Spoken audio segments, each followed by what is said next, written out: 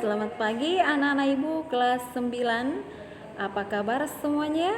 Ibu berharap semua dalam keadaan baik, tetap semangat dalam mengikuti pembelajaran kita hari ini. Salam sehat buat kita semuanya. Nah, kembali lagi kita melanjutkan pembelajaran kita, masih tetap dalam pembelajaran daring ataupun jarak jauh. Tapi harapan Ibu, walaupun pembelajaran yang kita laksanakan sampai saat ini masih pembelajaran daring, ya Ibu berharap semangatmu tetap bergelora sebagaimana semangatmu ketika pembelajaran tatap muka. Bahkan harapan Ibu, semangatmu harus lebih lagi dari yang sebelumnya ketika kita masih dalam pembelajaran tatap muka. Ya. Hari ini kita belajar bahasa Indonesia, tentunya masih tetap bersama Ibu Rismawati Malau SPD. Masih semangat kan anak-anak Ibu? Ya, tentunya masih tetap semangat ya. Semangat kita tidak boleh pudar. Nah, adapun materi kita pada pagi hari ini adalah yaitu mengenai tahapan plot dalam cerpen. Tahapan plot dalam cerpen, ya. Tahapan plot dalam cerpen. Baik.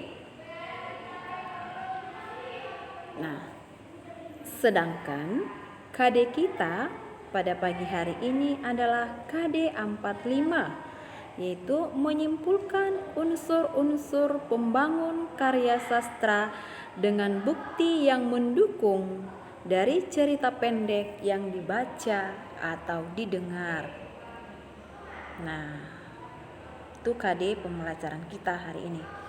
Sedangkan tujuan pembelajaran kita hari ini adalah sesudah pembelajaran kamu diharapkan mampu memahami tahapan plot dalam cerpen. Sekali lagi, tujuan pembelajaran kita pada pagi hari ini adalah sesudah pembelajaran kamu diharapkan mampu memahami tahapan plot di dalam suatu cerpen.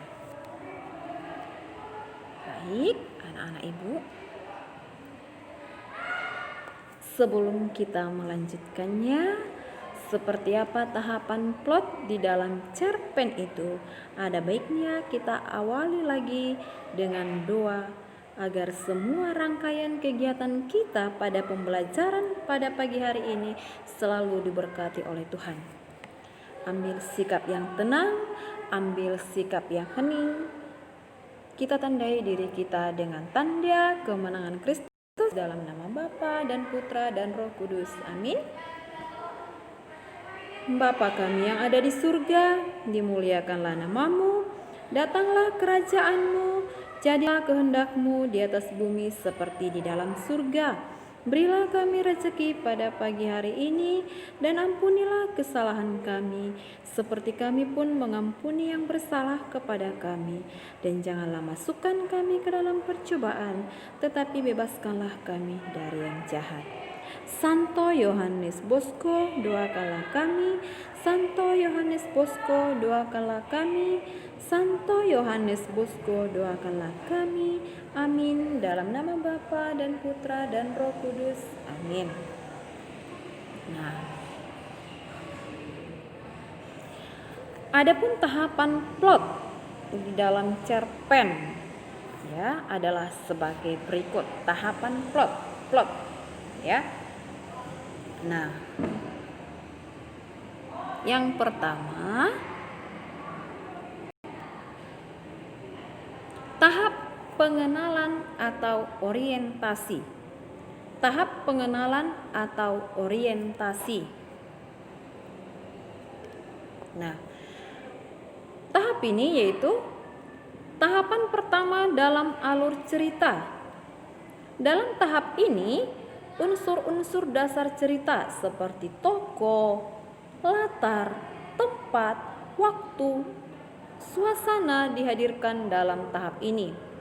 Dengan begitu, pembaca atau penonton dapat mengetahui siapa saja yang menjadi tokoh sebuah cerita, di mana, kapan cerita itu berlangsung, serta suasana apa yang hendak dibangun oleh pengarang di dalam cerita.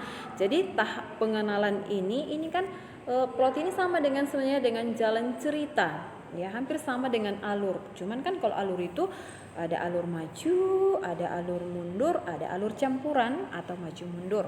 Nah, ini plot seperti apa terbentuknya cerita itu nanti, seperti apa rangkaiannya, kan begitu kan? Nah, itulah yang disebutkan sebagai plot.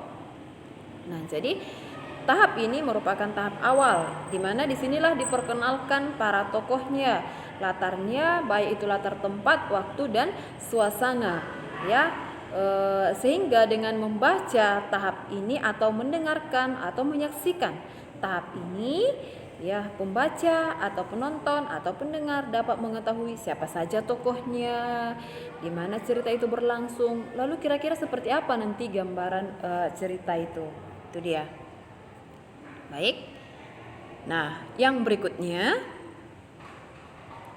tahap kemunculan konflik. Kalau pada tahap awal tadi, ya sudah diperkenalkan para tokoh, jalan ceritanya seperti apa, suasananya seperti apa, ya kan? Itu jalan cerita maksudnya gambaran awalnya seperti apa, ya. Nah, pada tahap ini ya merupakan tahap munculnya konflik dalam cerita. Tapi di sini masalahnya masih masalah yang ringan-ringan. Misalnya si A dengan si B yang dulunya kompak, sekarang sudah mulai ada sedikit masalah seperti itu, Diana. Sudah? Nah, tahap ini merupakan tahap munculnya konflik dalam cerita. Konflik biasanya muncul dari pertengkaran antar tokoh atau si tokoh utama mengalami masalah yang tidak diduga. Dengan adanya tahap ini, pembaca atau penonton akan mengetahui konflik apa yang akan dialami tokoh selama cerita itu berlangsung.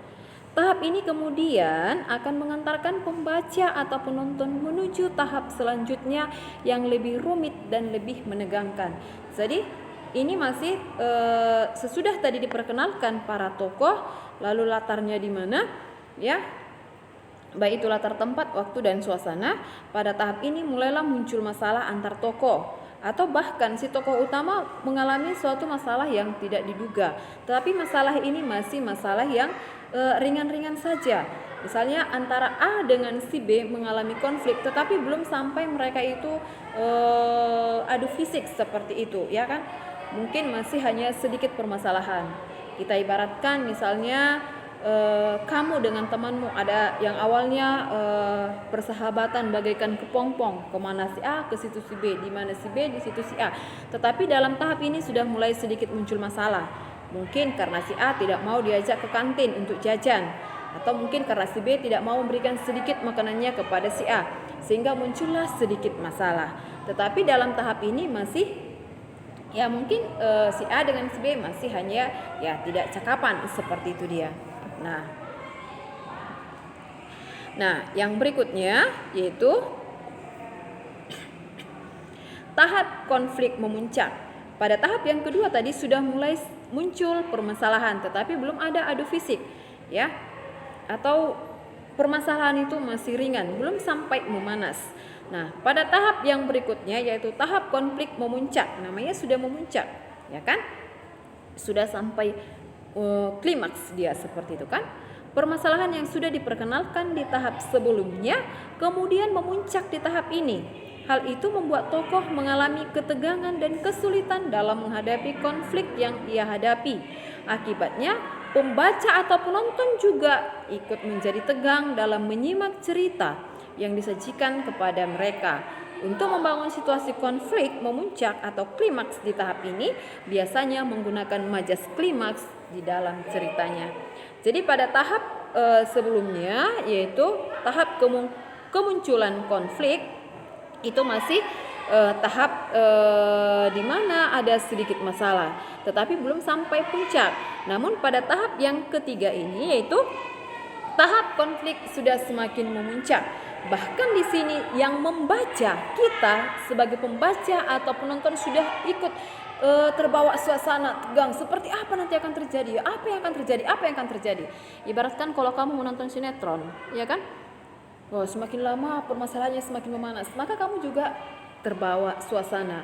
Dan percaya, ingat ya, semakin bisa mereka membuat kita menangis, membuat kita marah, tokohnya itu ya, atau pemain di dalam sinetron itu atau tokoh di dalam cerpen itu, semakin bisa mereka membuat kita marah, semakin bisa mereka membuat kita bahkan sampai menangis, artinya keberhasilannya di situ mantap. Ya, itu dia. Semakin bisa cerita itu mempengaruhi jiwa kita, artinya di sini emosional kita bisa sampai menangis, bisa sampai marah, berarti artinya di situ si penulis berhasil, bagus. Dia membangun ceritanya itu. Ibaratkan kamu menonton sinetron, semakin kamu kan pernah kan kamu itu ketika menonton sinetron terhadap tokoh si ngeri kali dia sampai menangis kita menontonnya. Berarti dia berhasil membawakan aktingnya itu. Demikian halnya juga dalam cerpen ini, Nak. Ya, apabila cerita itu bisa mempengaruhi emosional kita, emosional itu bukan marah-marah saja ya, Nak, ya. Bisa membuat kita menjadi menangis, terharu seperti itu ya kan? Atau bahkan sebaliknya kita bisa jadi marah, kok seperti itu ya gitu. Disitulah keberhasilan seorang penulis cerita itu. Berarti dia bagus membangun ceritanya itu, ya. Baik dari segi kata-katanya, penggunaan diksinya di sana, pilihan katanya, ya, penggunaan majas mungkin yang ada digunakan di sana, ya bagus seperti itu. Nah, itu tahap yang ketiga. Nah, yang berikutnya, kalau sudah sampai ke puncak, ya, kalau sudah emosional kita, ya, misalnya kita sudah emosi sampai puncak emosi, pasti kan ada penurunan.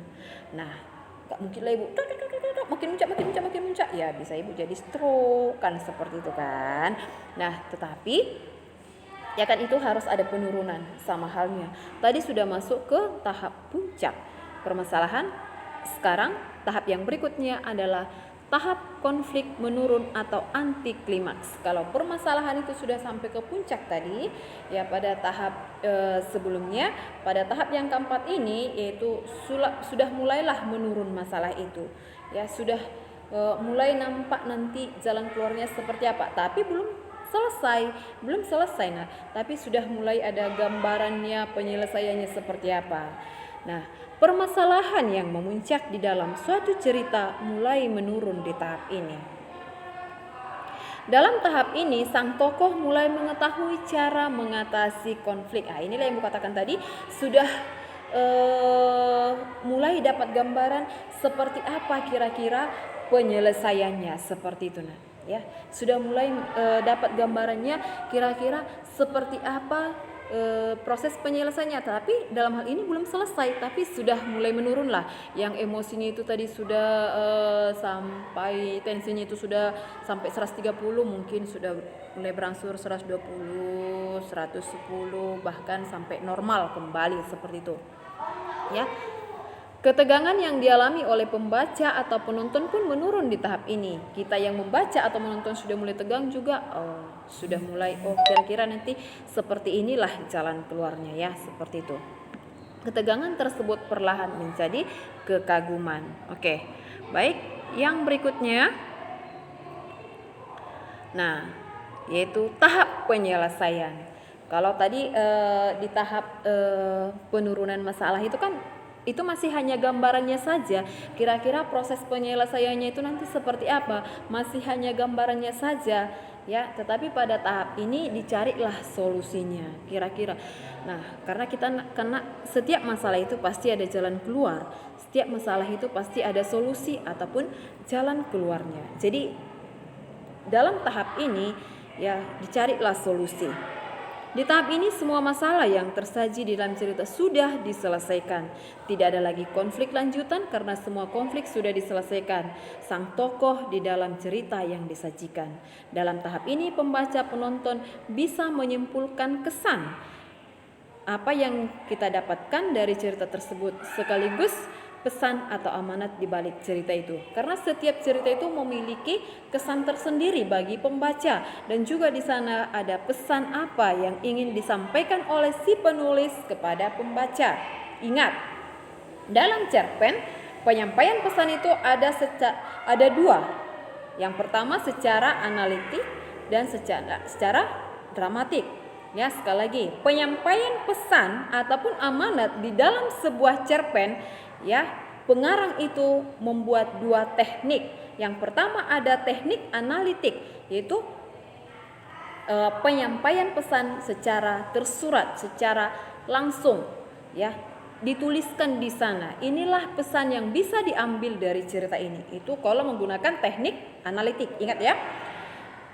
Si penulis dalam membuat ceritanya, ya, menggunakan dua teknik di dalam penyampaian pesan dari ceritanya. Yang pertama itu teknik analitik, ya. Teknik analitik itu penyampaian pesan itu secara langsung, artinya tersurat, dituliskan di dalam cerita itu. Di akhir cerita itu ditulis. Adapun pesan yang bisa kita petik dari cerita ini adalah sebagai berikut. Nah, yang kedua menggunakan teknik dramatik. Yang kedua menggunakan teknik dramatik, ya. Yang kedua menggunakan teknik dramatik, yaitu penyampaian pesan secara tidak langsung atau secara tersurat, ya. Jadi artinya inilah si pembaca, si penonton atau si pendengarlah yang mengambil kesimpulan pesan dari cerita tersebut. Nah, jadi sekali lagi dalam tahap ini, tahap penyelesaian, semua masalah sudah terselesaikan dan dalam tahap inilah kita mengambil kesimpulan, ya. Kesannya seperti apa? Apakah cerita itu bagus, hebat, ya, menegangkan, tapi wah sangat bagus seperti itu. Dalam tahap ini. Nah, lalu di sini Ibu katakan tadi si penulis menyampaikan pesan itu kepada si pembaca dengan menggunakan dua teknik. Yang pertama itu ada teknik analitik, yaitu di mana si penulis secara langsung menuliskan pesan apa yang ada di dalam cerita tersebut, ya. Sementara yang kedua itu teknik dramatik. Di situ si penulis tidak menuliskan pesan yang diambil dari cerita itu, melainkan kita pembacalah, kita penontonlah yang mengambil kesimpulan dari cerita tersebut. Apa pesannya? Seperti itu dia. Nah, baik, demikian pembelajaran kita pada pagi hari ini. Jadi plot itu ada 5 tahapan di dalam plot, ya, ada 5 tahapannya di dalam plot. Ya, Ibu berharap kamu pelajari kembali, jangan hanya berlalu begitu saja. Nah, sebagai penutup, Ibu tetap memberikan oleh-oleh sama kamu, ya, yaitu masih tetap berupa pantun. Nah, semoga dari pantun ini bisa kamu ambil pelajaran, hikmahnya, nilai apa, ya. Makanya Ibu tidak bosan-bosannya tetap memberikan pantun sama kamu. Sudah? Nah, pergi ke sungai memancing ikan, memasang umpan agar terkena. Jika kamu ingin berwawasan, maka rajinlah membaca. Siapa suka melihat panda? Panda turun ke tanah rawa. Siapa yang malas di masa muda akan menyesal di hari tua. Demikian pembelajaran kita pada pagi hari ini. Ya, tetap semangat dalam pembelajaran kita, walaupun seperti yang saya katakan tadi, pada awal pembelajaran masih tetap menggunakan metode daring atau pembelajaran jarak jauh, tapi Ibu berharap semangatmu tetap bergelora. Ingat pesan Ibu untuk memutus rantai COVID-19. Gunakan masker, rajin mencuci tangan, jauhi kerumunan. Konsumsilah makanan yang sehat. Terima kasih buat perhatiannya. Salam sehat buat kita semua.